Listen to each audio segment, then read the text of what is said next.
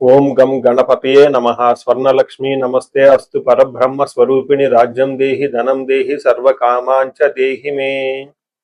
12 రాసుల వారికి స్వర్ణలక్ష్మి అమ్మవారి యొక్క కృపా కటాక్షం వలన ప్రతి ఒక్కళ్ళకి ఆత్మ జ్ఞానం కలిగి ఉండాలి. తద్వారా ప్రతి నిమిషం ప్రతి సందర్భంలోనూ సంతోషంగా ఉత్సాహంగా ఉండే విధంగా అమ్మవారికి అందరిని ఆశీర్వదించాలని, అంతేకాకుండా రాజ్యం దేహి, మన అందరికీ మంచి పదవి, ఉన్నతమైన స్థితి, ఒక అధికారం, దర్పం అన్ని కలిగించాలని, దానితో పాటు స్వర్ణలక్ష్మి అమ్మవారు ప్రతి ఒక్కరికి ధన ప్రవాహాన్ని కలిగించాలని, ఫైనల్ గా సర్వకామాంచ దేహిమే, మనం అనుకున్న ప్రతి కోరిక కూడాను ఇమ్మీడియట్ గా తక్షణమే అమ్మవారు మనకి నెరవేర్చాలని చెప్పేసి అమ్మవారు ప్రార్థన చేస్తూ, గణపతిని కూడా మనం చేసే ప్రతి దానిలోనూ మనకి బుద్ధి సిద్ధి, చక్కటి విజయాన్ని, ఒక మంచి వివేకాన్ని కలిగించాలని, సత్ డెసిషన్స్, మంచి నిర్ణయాలు తీసుకునే విధంగా మనకి గణపతి మనకు కృప ఉండాలని చెప్పేసి ప్రార్థన చేస్తూ, మనం ఈ రోజు టాపిక్ చూసుకుంటే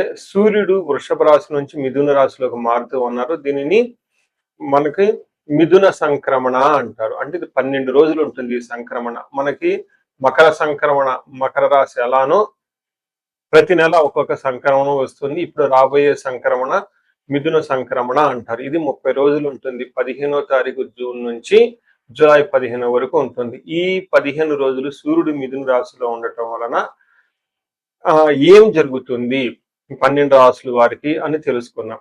అయితే ముఖ్యంగా సూర్యుడు మారటం వల్ల సూర్యుడు ఎలాంటి విషయాల్లో మనకి ప్రభావాన్ని చూపిస్తాడని తెలుసుకుందాం. సూర్యుడు వచ్చేటప్పటికి ముఖ్యంగా 8 రకాలైన అంశాలపైన ప్రభావాన్ని చూపుతూ ఉంటారు. ఒకటి, అందరూ బాగా గుర్తుపెట్టుకోవాల్సింది ఏంటంటే సూర్యుడు ఆత్మకారక అంటారు. అంటే మనకి సెల్ఫ్ కాన్ఫిడెన్స్, మనకు కావాలన్నా స్ట్రెంగ్త్, సోల్, ఆత్మబలం ఉండాలి కానీ సూర్యుడు చక్కగా ఉండాలి. కాబట్టి సూర్యుడు ఆత్మకారకుడు. అలానే రాజ్యకారకుడు, ఒక పదవి రావాలన్నా, గవర్నమెంట్ అథారిటీ, అడ్మినిస్ట్రేషన్ పవర్, వీటన్ని రావాలన్నా కానీ సూర్యుడు మనకి స్ట్రాంగ్ గా ఉండాలి. అలానే పితృకారకుడు, father related elders, mentors, boss, వీళ్ళందరినీ కూడా మనకి సూర్యుడే రిప్రజెంటేషన్ చేస్తూ ఉంటారు. యశస్సు, కీర్తి ప్రతిష్టలు, గుర్తింపు, కొంతమందికి గుర్తింపు ఉంటుంది ఏ పని చేసినా, కొంతమందికి ఏ పని చేసినా గుర్తింపు అనేది ఉండదు. ఈ గుర్తింపు లేకపోవడం కూడా కారణం కూడా సూర్యుడు వాళ్ళ జాతకంలో సరిగ్గా లేకపోవడం అని గమనించుకోవాలి.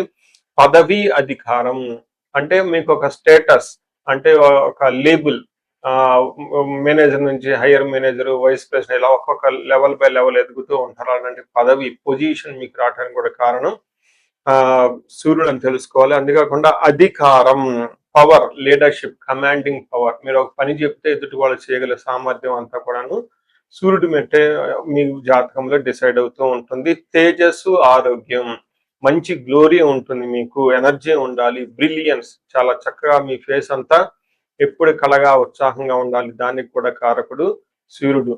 ముఖ్యంగా లాస్ట్ లో ఆరోగ్య ప్రదాత, సూర్యుడిని ఆరోగ్యం ఇచ్చే వాళ్ళు అంటారు. ఎవరి జాతకంలో అయితే సూర్యుడు సరిగా ఉండరో వాళ్ళకి అనారోగ్యంతో బాధపడుతూ ఉంటారు. ఎవరికైతే సూర్యుడు చాలా జాగ్రత్తగా ఉచ్చ స్థానంలో ఉంటారో చక్కగా వాళ్ళకి హెల్తీగా ఉంటారు, ఫిజికల్ గా చాలా స్ట్రాంగ్ గా ఉంటారు, ఒక పవర్ వాళ్ళలా ఉంటుంది అని తెలుసుకోవాలి. ఇలా 8 రకాలైన ముఖ్యమైన కారకాలు ప్రతి ఒక్కళ్ళ జీవితంలో సూర్యుడు అనేది ప్రభావాన్ని చూపిస్తూ ఉంటారు. అయితే ఈ సూర్యుడు మిథున రాశిలో ఉండటం వల్ల ఇప్పటి వరకు మనం చెప్పుకున్న విషయాల్లో కొందరికి అనుకూలంగా ఉంటుంది, కొందరికి ప్రతికూలంగా ఉంటుంది. ఏ రాశులు వాళ్ళకి అనుకూలంగా ఉంటుంది, ఏ రాశులు వాళ్ళకి ప్రతికూలంగా ఉంటుందో మనం చూద్దాం. మనం ఇప్పుడు తులారాశి చూసుకుంటే తులారాశి వాళ్ళకి మిక్స్డ్ గా ఉంటుంది. అంటే పెద్ద అనుకూలంగా ఉండదు, పెద్ద ప్రతికూలంగా కూడా ఉండదు, తటస్థంగా ఉందని మనం చెప్పుకోవచ్చు. పెద్ద అంటే మీ సైడ్ లో ప్రాబ్లం అయితే ఏముండదు, కానీ వేరే వాళ్ళు వచ్చి మిమ్మల్ని అనవసరంగా ఇబ్బందులకు గురి చేయాలని ట్రై చేస్తూ ఉంటారు. అయితే అలాంటి ఎన్ని ప్రయత్నాలు చేసినా కానీ చివరికి మీరు విన్ అవుతారు అని గమనించుకోవాలి. ఫాదర్ కు మాత్రం కొంచెం హెల్త్ విషయంలో జాగ్రత్తగా ఉంటే బాగుంటుంది. బట్ ఓవరాల్ గా ఫైనల్ గా కొన్ని అప్స్ అండ్ డౌన్స్ ఉన్నా కానీ ఈ మాసం అంతా శుభకరంగా ఉంటుంది అని మనం గమనించుకోవాలి. మనకి ఫస్ట్ ఇందులో సంస్కృతంలో శ్లోకం చూద్దాం. మన మహర్షులు ప్రాచీన గ్రంథాల్లో, పురాతన గ్రంథాల్లో ఏం చెప్పారో మనం గమనిద్దాం. యాన్షియంట్ స్క్రిప్చర్స్ లో ఏముందో చూద్దాం. ఇందులో మనకేం చెప్తారంటే నిందపరాధ కలహం నిర్దోషచ్చ ధనక్షయం పుణ్య లాభార్థనాశచ్చ విచారో నవమే భవేత్ రవి. అంటే 9వ స్థానంలో గనక సూర్యుడు ఉంటే ఏమవుతుందంటే, చాలా గుర్తుపెట్టుకోండి, నిందపరాధ అంటే మీకు ఎలాంటి సంబంధం లేకపోయినా కానీ మీకు గొడవలు పెట్టుకొని మీ మీద నిందలేస్తూ ఉంటారు. కలహం గొడవలు పెట్టుకుంటారు. మీరు ఇది అది అని చెప్పేసి మేము టైటిల్ యాడ్ చేసి మీ యొక్క హార్డ్ వర్క్ అంతా వాళ్ళు లాగేసుకొని ఆఫీసుల్లో మీ బాస్ కానీ వాళ్ళు కానీ మీ కొలీగ్స్ కానీ సీనియర్లు కానీ మీరేమీ చేయలేనట్టుగా వాళ్ళు ఒక పిక్చర్ని సృష్టించే అవకాశం ఎక్కువగా ఉంటుంది. నింద అపరాధం అంటే మీరు ఎలాంటి మిస్టేక్ లేకపోయినా కానీ మీ వెనక 100 రకాల మిస్టేక్లు చెప్పే అవకాశం ఎక్కువ ఉంటుంది. గొడవలు పడే అవకాశం ఎక్కువగా ఉంటుంది. నిర్దోషచ్చ కలహం మీలో ఎలాంటి దోషం లేదు, నో ఫాల్ట్, కానీ స్టిల్ మీకు బ్లేమింగ్స్ వచ్చే అవకాశం ఎక్కువగా ఉంటుంది. ధనక్షయం ధనం అనేది విపరీతంగా కరిగిపోయే అవకాశం ఉంటుంది. పుణ్య లాభార్థ నాశాచ మంచి ఉద్దేశంతో మీరు ఏదైనా పని చేస్తే దానిలో లాభం ఉండదు. అయ్యో పాపం అని మీరు హెల్ప్ చేయాలనుకుంటే అది తిరిగి మళ్ళా మీకే వచ్చే అవకాశం ఉంటుంది. మీలో 100 రకాల లోపాలు ఎత్తి మీకు కావాలని చెప్పేసి మిమ్మల్ని ఇన్ఫీరియారిటీగా కాంప్లెక్స్ గురి చేసి భయభ్రాంతులకు గురి చేసి వాళ్ళేదో గొప్ప వ్యక్తులు అవ్వాలి అని ప్రయత్నం చేసే వాళ్ళు ఎక్కువ ఉంటారని గమనించుకోవచ్చు. విచారే నవమే అనవసరంగా ఇలాంటి పనులు జరుగుతున్నాయి ఏంటి, నా మానా నేనున్నాను, నన్ను ఎందుకు ఇబ్బందులు పెడుతున్నారని మీరు విచారానికి గురే అవకాశం ఎక్కువగా ఉంటుంది. అయితే ఇది ఆకాశంలో క్లౌడ్స్ మేఘాలు వచ్చినట్టు పోతున్నట్లు వీళ్ళంతా ఒక ప్లానెడ్ గా చేసే అవకాశం ఉంటుంది. కాబట్టి మీరు ఈ వీడియో చూస్తున్నారు, మీకు విషయం అర్థమవుతుంది కాబట్టి చాలా కేర్ఫుల్ గా ఉండండి. వేరే వాళ్ళు ఏదైనా మీ మీద వేసినా కానీ మీరు అడగకుండా తొడకుండా జాగ్రత్తగా ఉండండి, చక్కగా ఉంటుంది. ఎందుకంటే తర్వాత సూర్యుడు మీకు చాలా అనుకూలంగా ఉంటాడు. ఒక మంత్ తర్వాత ఈ 1 మంత్ పర్టికులర్ గా 15th నుంచి 25th వరకు కొంచెం సహనంగా మీరుంటే ఆ తర్వాత అన్ని ప్రాబ్లమ్స్ అవి ఆటోమేటిక్ గా తొలగిపోతాయి.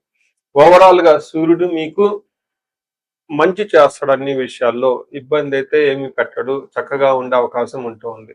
సో ఈ రాశి వాళ్ళు అష్టైశ్వర్యాలతో చక్కగా ఉండాలని భోగభాగ్యాన్ని అనుభవించాలని చెప్పేసి నేను కోరుకుంటున్నాను. ఇప్పుడు నేను చెప్పబోయేది కామన్ గా 12 రాసుల వారికి పరిహారాల కింద ఉంటుందండి, ఇది గమనించుకోండి. ఎడిటర్ గారు మీరు ప్రతి రాసులకి బ్యాక్ అండ్ లో యాడ్ చేయండి మర్చిపోకుండా.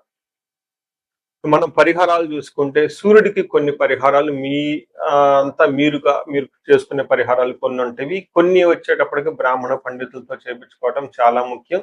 కొన్ని క్షేత్ర దర్శనాలు కూడా చేసుకోవటం చాలా చాలా ఇంపార్టెంట్. ముందు ముఖ్యంగా మీవంతా సెల్ఫ్ రెమెడీస్ అంటారు, మీరంతా స్వయంగా చేసుకునే పరిహారాలు కొన్ని ఉంటాయి. అందులో ముఖ్యంగా చూసుకుంటే సూర్య నమస్కారాలు చేయటం చాలా ఇంపార్టెంట్. సూర్య అష్టకం చదవటము లేదా ఆదిత్య హృదయ స్తోత్రం చదవటం కూడా చాలా ఇంపార్టెంట్. ఎప్పుడైతే ఆదిత్య హృదయ స్తోత్రము హనుమాన్ కార్యసిద్ధి మంత్ర రెండు కలిపి చదువుకలిపితే ఇంకా చాలా మంచి రిజల్ట్ ఉంటుంది.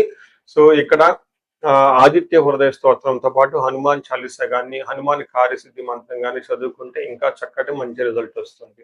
సో ఇవన్నీ మీరు చేసుకునే మీ వర్క్ మీరు చేసుకోవచ్చు. ఇంకా టెంపుల్స్కి వెళ్ళేసి అక్కడ నవగ్రహాల చుట్టూ తిరిగి గోధుమలు గనక దానం చేయగలిగితే సద్బ్రాహ్మణులకి సత్పురుషులకి చేయగలిగితే ఇంకా మీకు చక్కటి మంచి రిజల్ట్ వస్తుందని గమనించుకోవాలి. సో అది మీ వరకు చేసుకోగలుగుతారు. మీ ద్వారా కాకుండా కొన్ని సమస్య తీవ్రంగా ఉంటే పండితుల్ని కలిసి లేదంటే మా ద్వారా అపాయింట్మెంట్ తీసుకొని జాతక చక్రం కూడా చూపించుకొని చేపించుకోవడం చాలా ఉత్తమం. ఇందులో ముఖ్యంగా సూర్యుడికి సంపూర్ణమైన శాంతులు చేయాల్సి ఉంటుంది. గ్రహ శాంతి అంటారు. ఈ గ్రహ శాంతిలో సూర్యుడికి జపాలు, దానాలు, తర్పణాలు, హోమాలు ఇవన్నీ చేస్తూ ఉండాలి. వీటితో పాటుగా ఇంకా మీ యొక్క ఇండివిడ్యువల్ జాతకం చూపించుకోవడం చాలా చాలా ముఖ్యం. ఎవరికైతే మీ యొక్క ఇండివిడ్యువల్ లైఫ్ లో మీకు ఏజ్ 35 to 45 మధ్యలో ఉండి 40 years ప్లస్ ఆర్ మైనస్ లో ఉన్న వాళ్ళకి ఎక్కడైనా మీకు లైఫ్ స్టాగ్నేటెడ్ కనిపించింది, అప్పటిదాకా సక్సెస్ఫుల్ ట్రాక్ రికార్డు ఉండి ఇక్కడ ఎందుకో ఆగిపోయారు, గ్రోత్ లేదని మీకు అనిపిస్తే ఒక్కసారి కాల్ చేసి అపాయింట్మెంట్ తీసుకోండి, మీ జాతకం చెక్ చేసుకోండి. నేను 35 to 45 age group research group గా చేస్తూ ఉన్నాను. చాలా మంది పీపుల్ మిడ్ లైఫ్ క్రైసిస్ అని చెప్పేసి ఇక్కడ ఆగిపోతూ ఉంటారు. చాలా మందికి డైవర్స్ అవుతూ ఉంటుంది, సడన్ గా కెరీర్ లో బ్రేక్ వస్తూ ఉంటుంది. సో ఈ మిడ్ లైఫ్ క్రైసిస్ ని మన ఆస్ట్రాలజీ, వేదిక్ ఆస్ట్రాలజీ ఎలా డీల్ చేస్తుంది, దాంట్లో ఏమేమి ఉంటాయి అని చెప్పి తెలుసుకోవచ్చు. ముఖ్యంగా జ్యోతిష శాస్త్రం ప్రకారం గ్రహ శాంతులు అని ఉంటాయి, గ్రహ దోషాలు అని ఉంటుంది. మీ యొక్క అంతర్దశలు దశలు తెలుసుకొని వీటిల్లో ఏదైనా ఒక గ్రహం దోషం ఉండటం అయితే మీరు స్టాగ్నెంటెడ్ అయిపోతారు. దాన్ని ఎలా బయటకు రావాలనే పరిహారాలు తెలుసుకోవాలి. వీటితో పాటుగా మీకు ఏమైనా శాపాలు ఉంటే, పితృశాపం, కాలసర్ప దోషము, ఇలా మాతృశాపం, స్త్రీ శాపం, ఇంకా ఏమైనా యాక్టివ్గా శాపాలు ఉన్నాయా, ఈ శాపాలు ఉండటం వల్ల కూడాను మీరు లైఫ్లో గ్రోత్ లేకుండా ఆగిపోయే అవకాశం ఉంటుంది. సో ఎవరికైనా సరే ఎలాంటి ప్రాబ్లం ఉన్నా, ధనానికి ఇబ్బంది పడిపోతూ ఉంటే స్వర్ణలక్ష్మి విశేష హోమం చేయించుకోండి. మీకు వీసా స్టాంపింగ్, H1B, లైక్ ఎక్కడన్నా ఏమంటారు, ఉద్యోగంలో ఎక్కడన్నా బ్రేకులు వచ్చి ఆగిపోతూ ఉన్నా, లేదంటే ఫైనల్ రౌండ్ దాకా వచ్చి మధ్యలో ఎక్కడన్నా ఆగిపోయినా కానీ మీకు ఇలాంటి వాళ్ళకు కూడాను మన్యు పాశుపత అభిషేకము, రుద్రాభిషేకం చేయించుకోవడం చాలా చాలా ఇంపార్టెంట్. భార్యాభర్తల మధ్య గొడవలకు అన్యోన్య దాంపత్య పాశుపతం చేయించుకోవటం. ఎవరికైనా సర్పాలు, కాలసర్ప దోషాలు, మహాకాలసర్ప దోషాలు అంటే కాలసర్ప దోష నివారణ పూజలు, పితృదోష నివారణ పూజలు మీ యొక్క జాతకం చూసుకొని ఇవన్నీ చేసుకోవటం వల్ల జీవితంలో 10 రెట్లు ఖచ్చితంగా వెళ్ళే అవకాశం ఎక్కువగా ఉంటుందని గమనించుకోవాలి. మీ అందరికి అష్టైశ్వర్యాలు కలగాలని, భోగభాగ్యాలు కలగాలని చెప్పేసి కోరుకుంటున్నాను. నమస్తే.